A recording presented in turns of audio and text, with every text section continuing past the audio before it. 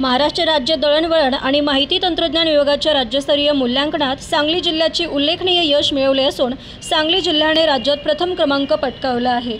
अपर police महासंचालक दळणवळण माहिती तंत्रज्ञान आणि परिवहन महाराष्ट्र राज्य पुणे यांच्या मार्गदर्शनाखाली झालेल्या या मूल्यांकनात सांगली विभागाने आपल्या तांत्रिक कौशल्य आणि नव्या तंत्रज्ञानाचा प्रभावी वापर आणि प्रशासकीय सुसूत्रतेमुळे तसेच सांगली जिल्हा पोलीस दलाने तांत्रिक क्षेत्रात केलेल्या विविध उपाययोजनांमुळे हा मान सांगली जिल्ह्यास मिळाला आहे।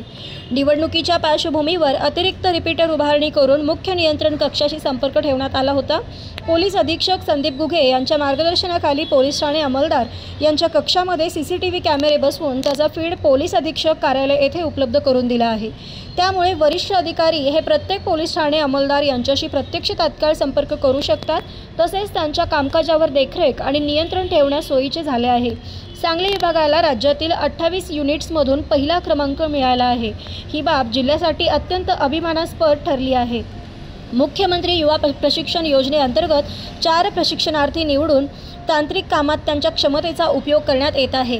सांगली जिल्ह्याला प्रथम क्रमांक मिळाल्याबद्दल महाराष्ट्र राज्य दळणवळण माहिती तंत्रज्ञान आणि परिवहन विभाग पुणे येथे झालेल्या एका सन्मान समारंभात अप्पर पोलीस महासंचालक दीपक पांडे यांच्या हस्ते सांगली जिल्हा वायरलेस पोलीस निरीक्षक विष्णू कांबळे यांना प्रशस्तीपत्र आणि सन्मान चिन्ह देऊन सांगली जिल्ह्याचा या कामगिरीचा गौरव करण्यात आला आहे। तर वायरलेस विभागाच्या या उल्लेखनीय कार्याबाबत जिल्हा पोलीस अधीक्षक संदीप गुघे यांनी अधिकारी आणि अंमलदाराचे अभिनंदन करून शुभेच्छा दिल्या आहेत।